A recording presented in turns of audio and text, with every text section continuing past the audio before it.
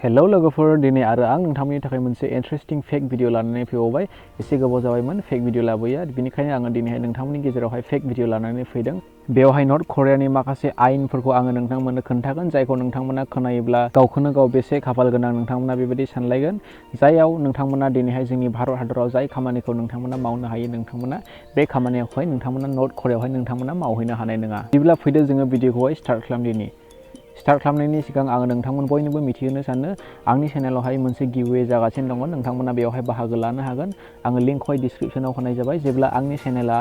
2.5K subscriber जागोन अब्ला आङो बे रिजाल्टखौहाय एनाउन्स खालामगोन नोंथांमोननो खोन्थागोन आरो नोंथांमोननो बे बान्थाखौहाय नोंथांमोननो हरगोन नोंथांमोना लिंकआव थांनानैहाय नायहैब्लानो जाबाय वानाव दं हेयार काट एबा खानाय सिनजानाय नर्थ करियावहाय नोंथांमोना मिथिगौना माबायदि खानाय सिनजानांगौ नर्थ करियावहाय नोंथांमोना गावनि गोसो बायदि नोंथांमोना गावनि खानायखौहाय नोंथांमोना सिननो एबा नोंथांमोना स्टाइल खालामनो मोननाय नङा बेवहाय नोंथांमोना नैबे सावगारियाव होनाय बायदि नोंथांमोना खानायखौ सिनजायोब्ला नोंथांमोना जेलबो जानो हागौ बेनिखायनो नर्थ करियानि मानसिफोरखौहाय जोङो बेबायदि खानाय स्टाइल सिनजानायफोरखौहाय जोङो नुनो मोना मानोना बेयावनि सरकारा खानायनिबो मोनसे आयेन बानायदों बे आयेनावहाय माखासे खानायफोरल' बे आयेनावहाय दङ जाय खानायफोरखौ नोंथांमोना सिनजानो मोनगोन बे आयेननि बाहेरा जुदि बेयाव थानाय माखासे मानसिफ्रा खानायखौ सिनजायोब्ला बे मानसिफोरखौहाय जेलाव सोनाय जायो आरो बे हादरावहाय जुदि सोरबा खानायखौ कालार फुनोब्ला बेबायदि मानसिखौबो बे हादरावहाय जेलावहाय सोनाय जायो बेयावनि मानसिफ्रा बेबायदिनो माखासे आयेननि सिङाव थानांगौ गोनां जायो जाय गावनि खानायखौबो गावनि गोसो बायदि दिनैहाय सिनजानो मोना नाथाय जों दिनैहाय भारताव थानानै गासैखौबो जोङो गावनि गोसो बायदि जोङो खालामजोबनो हायो नम्बर 2 दङ प्लेजार स्क्वाड नर्थ करियावहाय बेबायदि ग्रुप दङ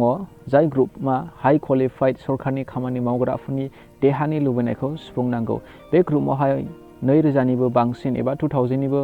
बारा मानसिफोरखौहाय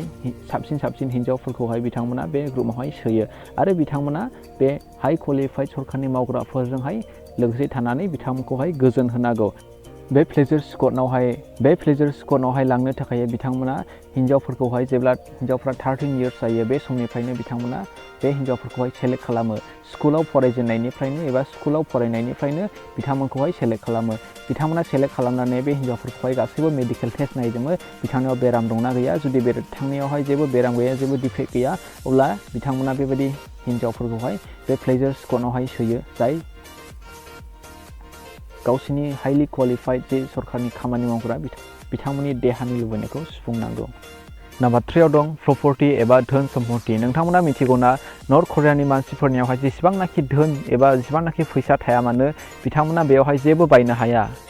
माने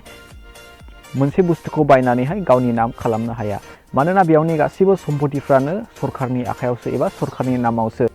बेयावनि मानसिफ्रा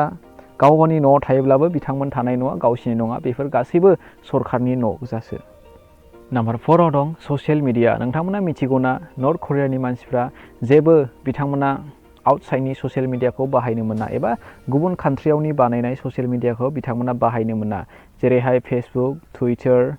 इन्स्टाग्राम इउटिउब बेफोरबायदि ससियेल मिडिया बे हादरावहाय बेन गोजा बिथांमोना जि गावसिनि हादराव बानायनाय ससियेल मिडिया बेखौल' बाहायनो मोनो आरो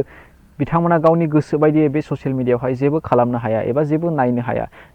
सरकारा जायखौ दिन्थिनो गोसो बेखौल' बिथांमोना बे ससियेल मिडियायावहाय नायनो हायो बेयाव थानाय निउस चेनेलफ्राबो एबा रिपर्टारफ्राबो बेखौल' दिन्थिनो हायोदि जायखौहाय सरकारा दिन्थिनो गोसो एबा जायखौहाय सरकारा